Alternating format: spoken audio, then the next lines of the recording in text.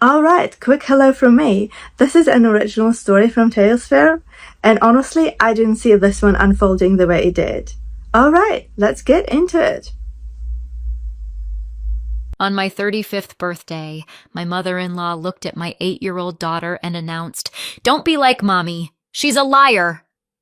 Then I got slapped across the face in front of 27 guests. I stood up, laughing.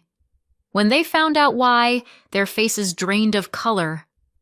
I know how that sounds. Like a headline that crawled out of the internet on its hands and knees. Like I'm about to sell you a weight loss tea and a manifestation journal. But I'm telling you this because the slap wasn't the worst part.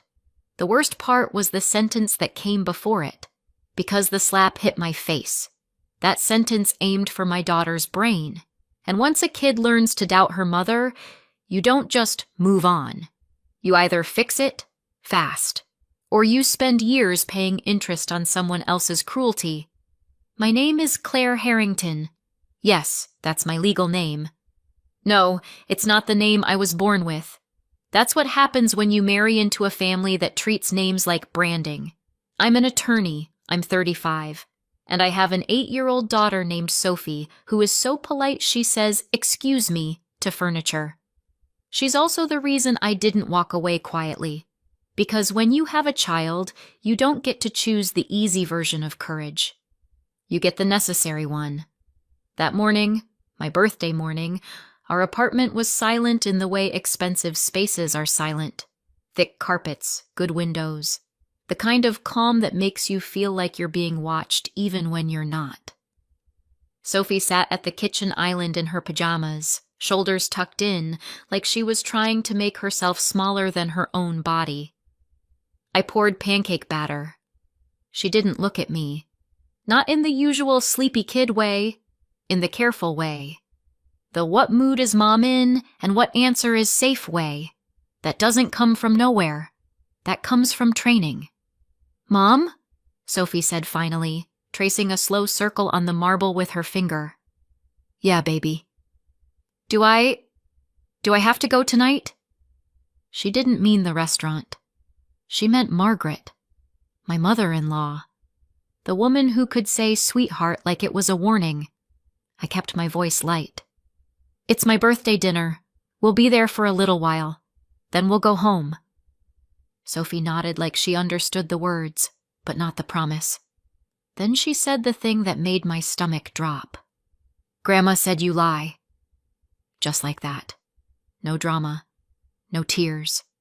Just a flat sentence, like she was repeating a homework fact. I stopped moving. Not because I didn't know what to say, because I didn't want my face to teach Sophie that truth causes explosions. I turned off the burner, wiped my hands, and crouched so we were eye level. "Did Grandma say that?" I asked gently. Sophie nodded. "What exactly did she say?" Sophie's lips pressed together. She hesitated, like answering wrong could get her in trouble. Then she whispered. She said, "Don't be like Mommy. Mommy makes things up." "Did Grandpa say anything?" Sophie swallowed. He said, "Your mother tells stories." Stories. That's what they called my reality when it didn't match their narrative. It's such a clever word, isn't it? It sounds harmless. Like bedtime.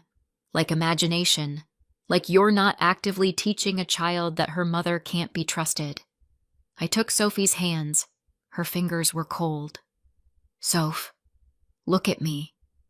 She looked up slowly, and I hated how prepared she looked for consequences. "I'm not perfect," I said. "Sometimes I get things wrong. Sometimes I forget things. But I don't lie to you. Ever."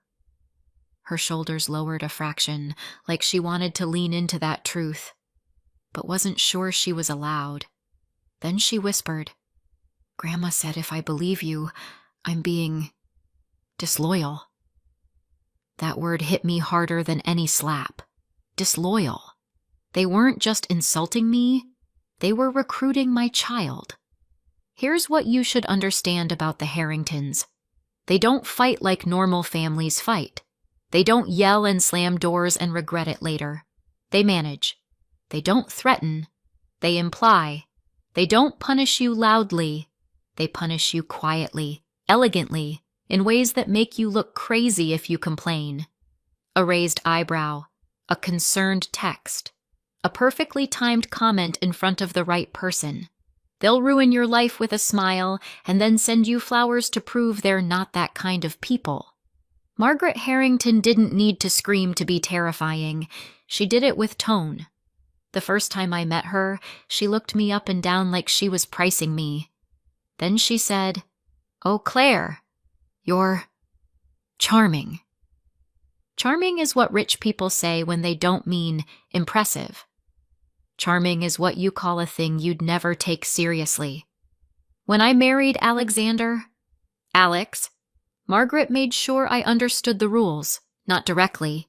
She never said, "I'm in charge." She said things like, "We're a close family.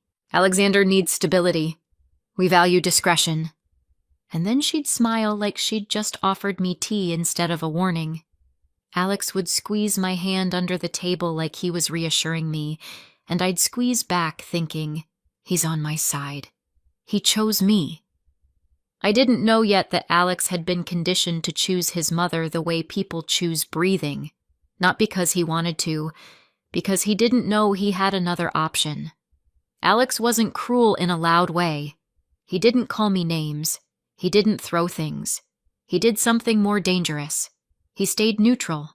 He'd hear Margaret say something sharp to Sophie, something like, "We don't whine in this family," when my daughter's eyes were full of tears, and he'd just keep eating. He'd watch Sophie flinch at Margaret's touch and say nothing, and if I tried to step in, he'd murmur, "Claire, don't start." Don't start. Translation: don't make my mother uncomfortable. The first time I realized Margaret was working on Sophie, it wasn't dramatic. It was small. We were at Margaret's house for brunch, one of those properties where everything smells like lemon and money. Sophie dropped a fork. The fork hit the floor with a tiny clink. Sophie froze like she'd dropped a grenade. Margaret didn't even look down. She looked at Sophie and said softly, "Clumsy. Not oops. Not it's okay. Clumsy. Like it was a personality defect." Sophie's face went red. "I'm sorry," she whispered. Margaret sipped her coffee. "Don't apologize. Fix yourself." And then she glanced at me with a smile. "Children model what they see," she said, meaning, this is your fault. After that, little things started showing up like cracks in glass. Sophie stopped running into my arms when I picked her up from school. She walked, carefully, like she was trying not to appear too excited. She started asking permission before laughing. At bedtime, she'd tell me stories about Grandma's rules. "Grandma says good girls don't ask questions. Grandma says crying is manipulative. Grandma says if I say something Mommy said, I have to check if it's true first." Check if it's true first. She was 8. They were making her fact-check her own mother like I was a rumor. One night, Sophie whispered, "Grandma says you get confused." I held her close. "Did Grandma say that?" Sophie nodded. "What did she mean?" Sophie's voice was tiny. "She said, sometimes you imagine things. Like, you think something happened, but it didn't." And there it was. Not just alienation. Gaslighting. Installed in a child. And if you've never seen that up close, let me tell you, it's chilling. Because kids believe adults. Kids believe confidence. Kids believe the person who speaks like the rules are already written. Margaret spoke like she had a pen in her hand and the authority to rewrite reality. I tried, at first, to handle it like a normal person. I talked to Alex. I said, "Your mother is undermining me with our child." Alex sighed like I'd complained about the weather. "Claire," he said, "she's old school. She's not undermining you. She's trying to help Sophie." Help. That was always the word. Margaret didn't control. She helped. Margaret didn't manipulate. She guided.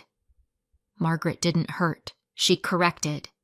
And if you dared to call it what it was, you were emotional. You were unstable. You were making things up. Then came Dr. Paul Kessler. Kessler entered our lives like a solution. Margaret framed him as a gift. He's exceptional, she told Alex. He's discreet. He understands families like ours. Families like ours. As if wealth was a mental illness with a support group. Kessler wasn't warm. He didn't ask, "How are you feeling?" He asked, "Are you compliant?" Okay, not in those words. He dressed it up. He called it alignment. He called it family coherence. He called it reducing friction. But what he really did was teach Alex to interpret any disagreement from me as a threat. If I set a boundary, I was provoking instability. If I defended Sophie, I was creating conflict. If I asked why Margaret was allowed to say things to our daughter that would get a teacher fired, I was undermining authority. Authority. That was Margaret again. Always Margaret. The sessions were always in Margaret's home office, always with Margaret present, always with Alex sitting closest to her. Kessler would look at me like I was a case file and say things like, "Claire, tell us why you struggle with control." I'd blink and say, "Excuse me?" He'd smile slightly. "You prefer your version of reality." My version. As if there were two equal sides. As if Margaret's lies were simply her perspective. Kessler didn't ask Sophie how she felt. He asked Sophie who she felt safe with, and Margaret would watch, eyes bright, waiting for the right answer. The first time Sophie answered, "Mommy," Margaret's smile didn't move, but her hand tightened around her teacup. Then Margaret said gently, "Sophie, sweetheart, remember, Mommy gets overwhelmed." And Sophie's brow furrowed. Then Sophie said, "I feel safe with Grandma too." Margaret's eyes softened like she'd just won something, and I realized this wasn't therapy. This was a custody rehearsal. That's when I stopped trying to win inside their system, because you cannot win a game where the other side owns the referee. So I started doing what lawyers do when they don't have the luxury of being naive. I documented. I didn't scream. I didn't plead. I didn't beg Alex to see it. I built a file. There's a shelf in my closet behind handbags I never liked. If you pull the third bag and press the back panel, the shelf lifts. Inside is a small fireproof safe. Inside the safe were thumb drives, printed records, and a folder labeled Harrington C. Kessler, custody, not revenge, not destroy them. Just custody. Because that was the battlefield Margaret was walking us toward, whether I wanted it or not. I saved every text Margaret sent that looked innocent but wasn't. Just checking in, Sophie seemed unusually clingy after being with you. I'm worried about Sophie's exposure to emotional volatility. Have you considered that your career may be impacting your ability to parent consistently? Consistently. That's another rich people word. It means you don't get to have a life unless it fits our aesthetic. I saved every email from Kessler. Invoices with strange phrasing.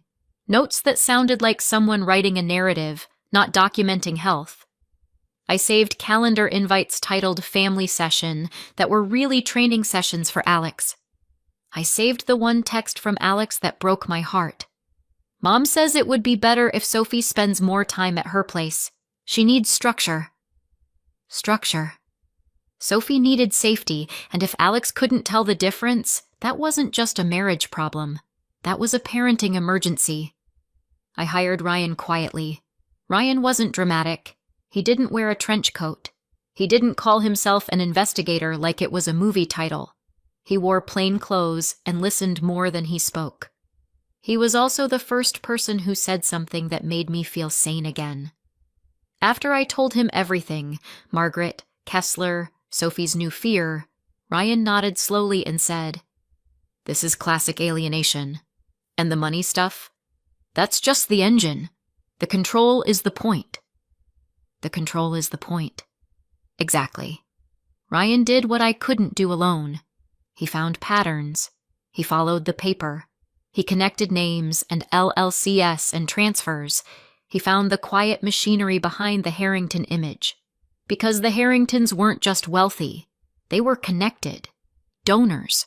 Board members. People whose phones got answered. People who believed consequences were for other families. And when people like that commit crimes, they don't do it like amateurs. They do it with spreadsheets. I'm not going to pretend I understood everything at first. I understood family law. I understood courtroom strategy. But the money was a maze. Ryan laid it out for me one night at my kitchen table while Sophie slept down the hall. He slid a folder across the marble. "Here," he said. "Look at this." Transfers, dates, amounts. He tapped one line. "This isn't normal business. This is routing." I stared. "Where is it going?" Ryan exhaled. "Places people go when they don't want anyone to see where the money went." And suddenly, Margaret's polished life looked less like legacy and more like a crime scene with good lighting. The scariest part wasn't the money. It was realizing Margaret wasn't just trying to humiliate me. She was trying to erase me. She was building a story where Claire Harrington was unstable, dishonest, emotionally volatile, and therefore not a reliable parent. If she could get that story into the right hands, she could take Sophie away without ever raising her voice. And if you think that sounds dramatic, you've never watched a wealthy family weaponize concern. Because in a family like the Harringtons, concern is a knife you're expected to thank them for. That's when I did the other thing Margaret never expected. I walked the evidence outside of her world, quietly, to people who didn't care about Harrington parties, people who cared about Harrington paper trails. I didn't walk into an office screaming, "My mother-in-law is evil." I walked in with a binder. I walked in with timelines. I walked in with documented patterns. And when you put facts in front of the right people, they don't roll their eyes. They take notes. By the time my birthday dinner arrived, there were already conversations happening in offices downtown. Sealed doors, neutral voices, words like wire transfers, shell entities, money laundering, obstruction, and witness tampering. There was talk of the Southern District of New York. There was talk of warrants. There was talk of timing. And Margaret, who controlled everything, had no idea she was already late. So when Alex told me, "Dinner will be intimate," I smiled. In Harrington language, intimate means curated. It means every person was chosen for a reason.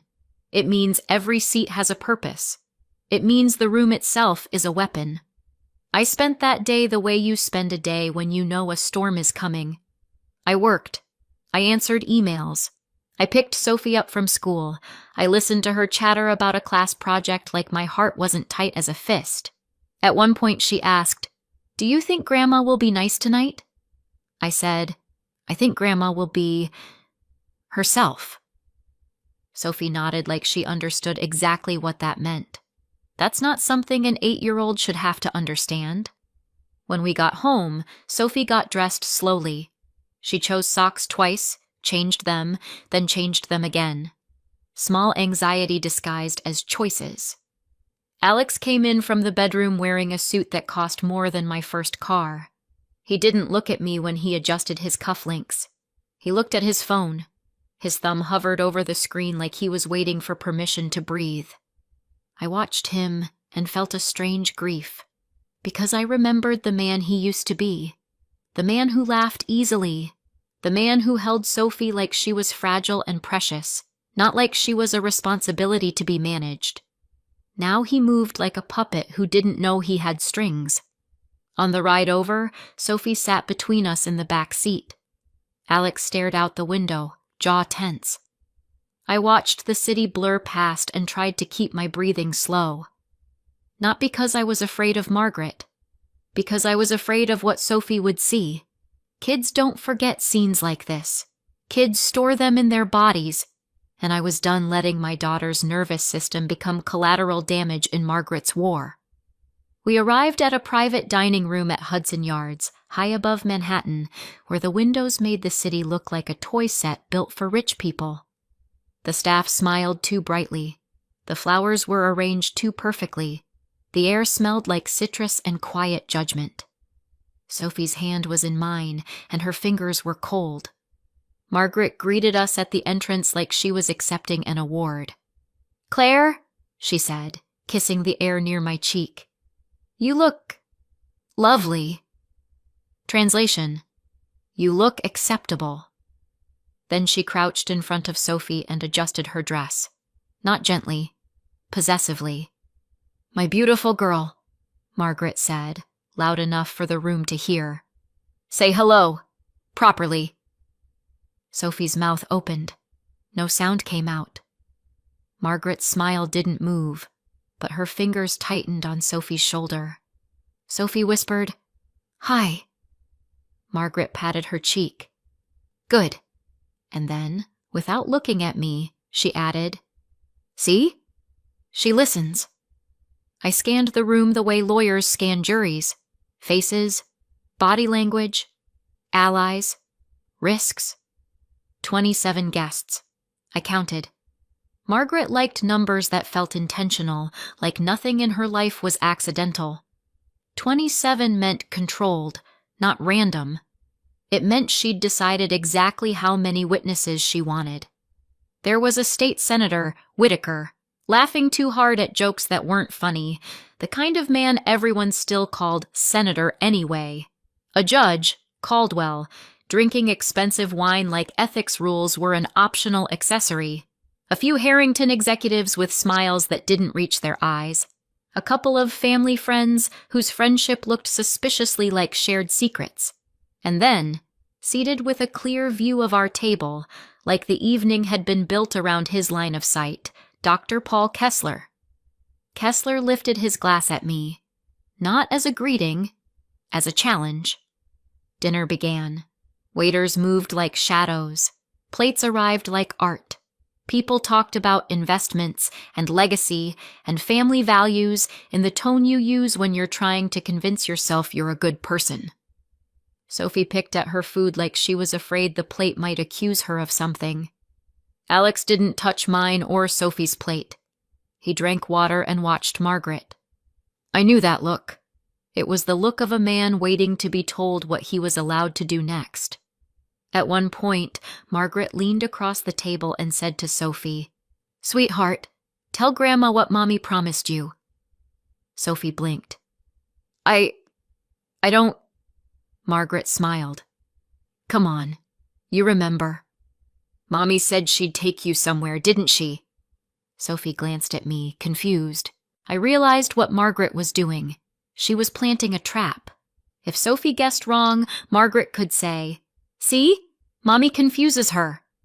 If Sophie guessed right, Margaret could say, "See?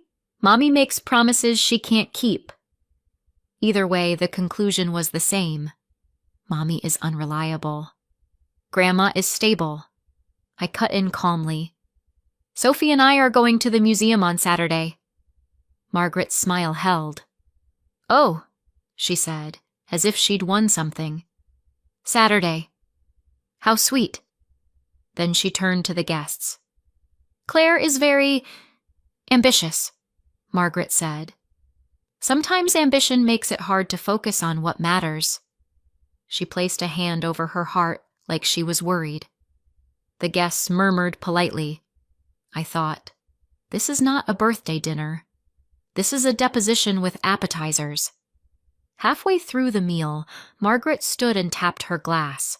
The room quieted instantly because rich people are trained to obey wealth the way dogs obey whistles. "My dear friends," she began, "thank you for celebrating Claire tonight." She looked at me. 35, she said, like it was a diagnosis. Polite laughter. Then Margaret's eyes slid to Sophie. "And this," she said warmly, is our little Sophie, 8 years old. The future. Sophie stiffened. Margaret extended her hand, palm up, like she was summoning a pet. Sophie, she said. Come here, sweetheart. Sophie looked at me. I nodded. Small. Encouraging. I'm here. I've got you. Sophie walked to Margaret, stopping just close enough to be in her reach. Margaret placed a hand on Sophie's back. Not supportive. Controlling. And then Margaret smiled at the room and said, Now, Sophie, you remember what we talked about. Tell everyone what Grandma told you. Sophie's face went pale. Grandma said, she started, voice shaking. Margaret squeezed her back, hard. Sophie flinched. Go on, Margaret said softly. Sophie's eyes flicked to me again. And Margaret delivered the line herself for maximum damage. She turned Sophie slightly toward me like a human prop and said, Don't be like Mommy. A few guests chuckled, uncertain. Margaret's smile widened. She's a liar. The room went still. Not shocked still. Interested still. Like they'd been waiting for the show to start. I felt heat crawl up my neck. My hands went numb. Sophie stood there frozen, like the floor was suddenly unsafe. I started to rise. Margaret! Margaret held up one manicured finger without looking at me, and everyone accepted it. Everyone let her silence me. Because when people like Margaret speak, people like this room listen. Alex's chair scraped. He stood. I knew that sound. I'd heard it late at night after Kessler sessions. I'd heard it after Margaret talks with him. It was the sound of Alex turning into the person Margaret needed him to be. He didn't look at Sophie. He didn't look at me like a husband. He looked at me like a problem. Claire, he said, loud enough for the room. Why don't you tell everyone the truth for once? My breath caught. He continued, voice tight, rehearsed. You've been lying. About money. About where you go. About what you tell Sophie. I stared at him. His eyes were glassy. Not drunk. Conditioned. Alex, I said quietly. Stop. Margaret's gaze never left me. Kessler leaned back, watching like this was his favorite episode. Alex's jaw clenched. And then he did exactly what Margaret wanted. He stepped forward, and he slapped me. It wasn't a dramatic movie slap. It was worse. A real one. The kind that makes your ears ring, and your skin burn, and your brain take a second to catch up. For a heartbeat, the room stayed perfectly silent. Then I heard Sophie gasp. A small sound. The sound of a child realizing adults can be dangerous. That sound, more than the sting on my face, almost broke me. Almost. I touched my cheek, looked at my fingers. No blood. Just heat. Just proof. 27 witnesses. 27 sets of eyes. 27 people who could no longer pretend they didn't know. And that's when I did the one thing Margaret didn't plan for. I laughed. Not hysterical. Not manic. Just amused. Like someone had finally handed me the last missing page of a file I'd been building for years. Margaret blinked. Alex froze, like he'd woken up mid-dream. Someone whispered, "What the?" I stood. Slowly. Calmly. I smoothed my dress like I was preparing for closing arguments, and I said, clear as a bell, "Thank you." Margaret's smile twitched. "For what?" she asked. I looked around the room. "At everyone," I said. "For showing up." Silence. I smiled. "You didn't just come to my birthday dinner," I said. "You came to testify." Alex swallowed. "Claire, sit down." I turned to him. "Oh, Alex," I said softly. "I'm done sitting." Then I looked at Sophie, still standing by Margaret, still frozen. And I did something that didn't look dramatic, but mattered more than anything else I did that night. I held out my hand. "Soph," I said gently, "come to Mommy." Margaret's fingers tightened again. Sophie hesitated. I kept my hand out. No pressure, no panic, just an open door. Sophie's eyes filled, and then she moved. She stepped away from Margaret like she was stepping away from a hot stove she'd been told was normal. She walked to me. I took her hand, and I felt her whole body shake. Margaret's face hardened. "Claire, you are not going to make a scene." I leaned in, voice low enough that only she could hear. "I'm not making a scene," I whispered. "I'm ending one." Then, louder, for the room.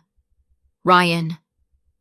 From the side of the room, Ryan, my friend, my investigator, my quiet insurance policy, stood and nodded once. He approached like he belonged there, because he did. I crouched to Sophie. "Sweetheart," I said, "you're going to go with Ryan to Aunt Erin's, your dad's sister. Okay?"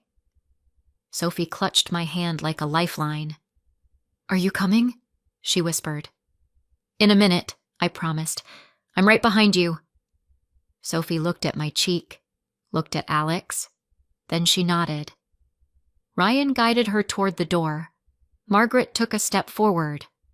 I took a step too. Not aggressive, just positioned.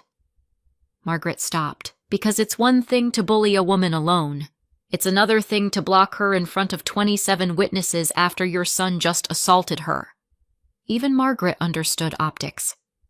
When the door closed behind Sophie, I turned back to the table, and I let the lawyer part of me step forward, the part Margaret had spent years trying to shame into silence, the part that didn't cry. It documented. "Margaret," I said, "you were right." She lifted her chin. "Of course I was." I nodded. "I have been lying," I said. A ripple went through the guests. Margaret's eyes gleamed. Alex exhaled, like relief. Then I smiled again. "I've been lying," I continued, "about how much I knew." I reached into my clutch and pulled out a small remote. The projector behind the room's art wall flickered. A few guests shifted, uncomfortable. A waiter glanced at Margaret like he wanted permission to exist. I didn't give him a chance to wait. I clicked. A slide appeared. Harrington Group. Flow of funds boxes. Arrows. LLCs with names so bland they sounded like fake people. Transfers with dates. Amounts with too many zeros. A neat little diagram of greed. Someone choked on their wine. Senator Whitaker's laughter died in his throat. Judge Caldwell's face turned the color of paper. Margaret stared. Still. Quiet. Like she didn't believe reality had the audacity. "You can't," Margaret started. "Oh, I can," I said, cheerful. "And the best part? I don't have to convince you." I clicked again. A second slide. Communications, instructions, text message screenshots, email headers, meeting notes with Margaret's friendly tone and very unfriendly intent. Then a third. Dr. Paul Kessler. Billing. Notes. Kessler sat up sharply. "That is confidential," he snapped. I tilted my head. "Doctor," I said, "you bill like a consultant and write like a strategist. Don't insult the room by pretending this is therapy." A few guests shifted, because I'd just said the quiet part out loud. Kessler's jaw clenched. "You obtained those illegally." I smiled. "You're welcome to argue that in court." Then I looked at the room. "Also," I added, "for anyone wondering, I'm an attorney. I didn't build this case with vibes." Margaret's nostrils flared. "Claire," she said coldly, "you're embarrassing yourself." I clicked again. A fourth slide. custody strategy, narrative, and under it, audio. Margaret's voice filled the room, calm and cruel. If Sophie starts repeating what Claire says, correct it immediately. Tell her Mommy makes things up. We need her to doubt Claire's memory. If Sophie believes Claire lies, family court becomes easier. You could feel every guest's spine stiffen. That wasn't old-school parenting. That was intent. That was a plan. Someone whispered, "Oh my God." Another guest muttered, "Is that real?" Kessler's face went tight. Margaret didn't move, but her eyes did. They flicked once, just once, to Senator Whitaker.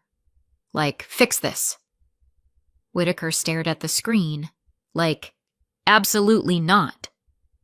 Judge Caldwell's glass paused halfway to his mouth. Because even people who live on the edge of ethics tend to hate being caught on camera near the cliff. I clicked again. Another audio clip. Margaret again. "We'll say Claire is unstable. We'll say she's alienating Sophie from Alexander. We'll say she's emotionally volatile." A pause. Then Kessler's voice, smooth as a knife. "If Alexander loses control, it helps. A public incident would support the narrative." The room didn't just go quiet. It went thin, like the oxygen had been pulled out. I touched my cheek again, smiled at Alex. "Oh, look," I said lightly. "We got our public incident." Alex's face drained. Not guilt. Not yet. Fear, because fear is what happens when someone realizes they've been used. Margaret tried to laugh. A little sound. Dry. "You're recording family conversations?" she said, like I was the monster. I shrugged. "My attorney advised me," I said, and then added sweetly, "Oh, wait, that's me." A few guests flinched, because sarcasm feels inappropriate, until you realize it's the only thing holding you upright. Margaret's voice sharpened.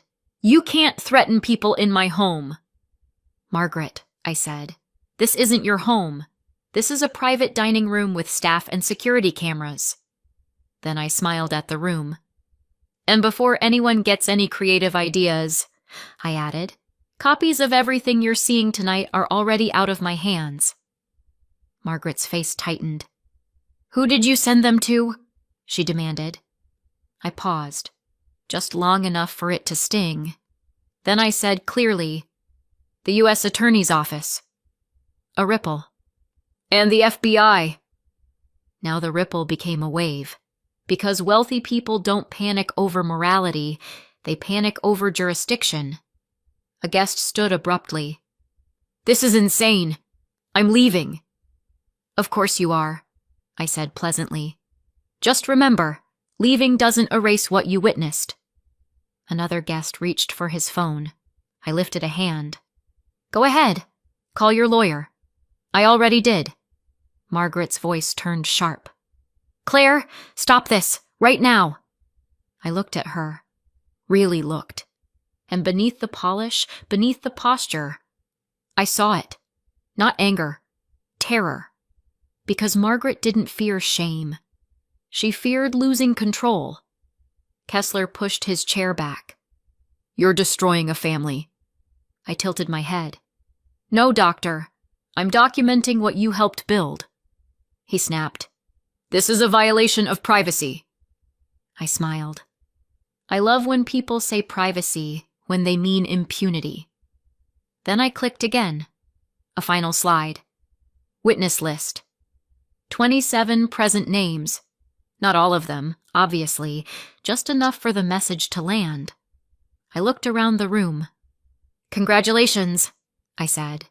"You're all part of the record now." And that's when the door opened. Not softly, not politely. It swung with purpose.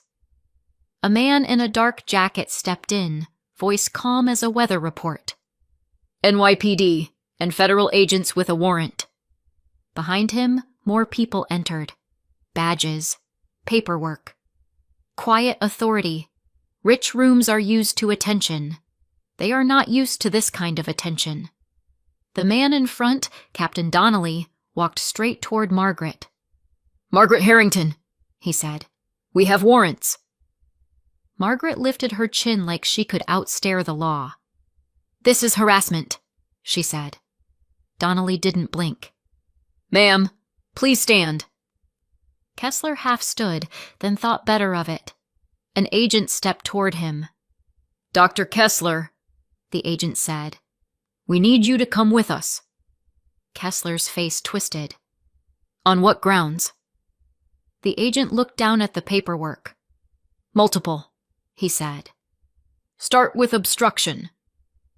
Kessler opened his mouth, closed it, sat down slowly like gravity had doubled.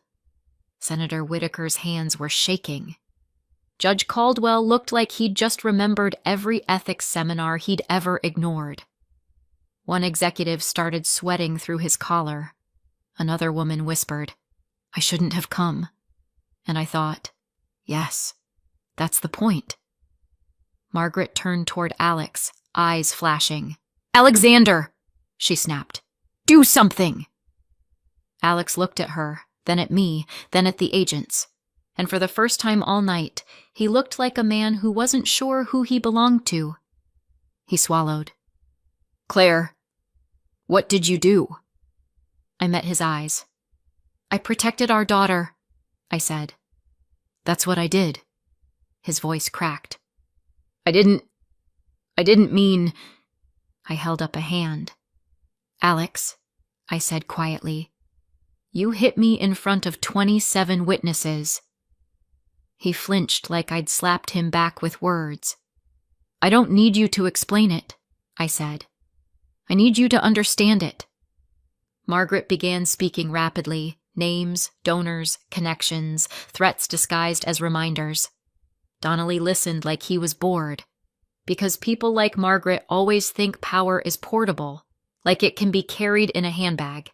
It can't. Not when you walk into a room where everyone is immune to your charm. Agents began collecting phones, laptops, watches that weren't just watches. Margaret's face tightened as she realized the room wasn't hers anymore. And I felt something I hadn't felt in years. Relief. Not joy. Relief. Because the cage door had finally made a sound. Later, hours later, I sat in Erin's guest room, holding a paper cup of tea I hadn't tasted. Erin, Alex's sister, stood by the doorway like a guard. Erin had always been polite in the way family members are polite when they're watching you for weakness, but tonight her eyes were soft. "Are you okay?" she asked. I touched my cheek. "It stings," I said. Erin's mouth tightened. "He hit you." "Yeah," I said. "He did." Erin swallowed. "Sophie?" I looked toward the bed. Sophie was asleep curled around a stuffed animal, cheeks tear-stained, breath steady. "She's here," I whispered. "She's safe." Erin nodded once, fierce. "Good." When Sophie woke in the middle of the night, she padded into the room and climbed into my lap without speaking. Her little arms locked around my waist. She didn't cry. She just held on like she was terrified I might evaporate. I kissed the top of her head. "You're safe," I murmured. After a long moment, Sophie whispered, "Grandma said you'd leave me." My chest tightened. "No," I said immediately. "Never." Sophie's voice was muffled against my shirt. "She said you leave when you're mad." I held her tighter. "Listen to me, Soph," I said. "If I ever leave a room, it's because I'm getting help, not because I'm leaving you." Sophie nodded, small, slow. Then she fell asleep against me like her body finally believed what her mind wanted to believe. The next morning, I didn't make a dramatic speech. I didn't post on social media. I didn't cry in the shower and call it healing. I did what I always do when something matters. I filed. Emergency order of protection. Documentation attached. Security camera footage attached. Audio attached. Witness list attached. 27 names. 27 people who couldn't pretend they didn't see. And when you're dealing with a family like the Harringtons, that's what breaks the spell. Not emotion. Evidence. Alex called once. His voice sounded like it came from a hallway. "Claire," he said. "Please. I don't know what's wrong with me." I believed him. That didn't excuse him. But it explained the haunted look I'd seen behind his eyes for years, like he'd been living someone else's life and couldn't find the exit. "Get help," I told him. "Real help. Not Kessler." "Can I see Sophie?" My throat tightened. "Not right now," I said. "Not until a court tells me it's safe." Silence. Then a small broken sound. "Okay." Then I ended the call. Because you can have compassion without offering yourself back as a sacrifice. A week later, Sophie asked me a question so quietly I almost didn't hear it. "Mom," she said, staring at her hands. "Am I bad?" My chest went tight. "No," I said instantly. "Why would you think that?" Sophie's voice was barely a whisper. "Grandma said, if I love you more than Dad, I'm disloyal." Disloyal again. Always that word. It's a leash disguised as morality. I swallowed the kind of rage that makes you dizzy. Then I did the only thing that really breaks a lie. I told the truth. Gently, repeatedly, until it became her reality again. "Love isn't disloyal," I said. "Love is safe." Sophie blinked. "Safe?" she repeated, like she was trying the word on. "Yes," I said. "Safe means you don't have to earn it. You don't have to perform.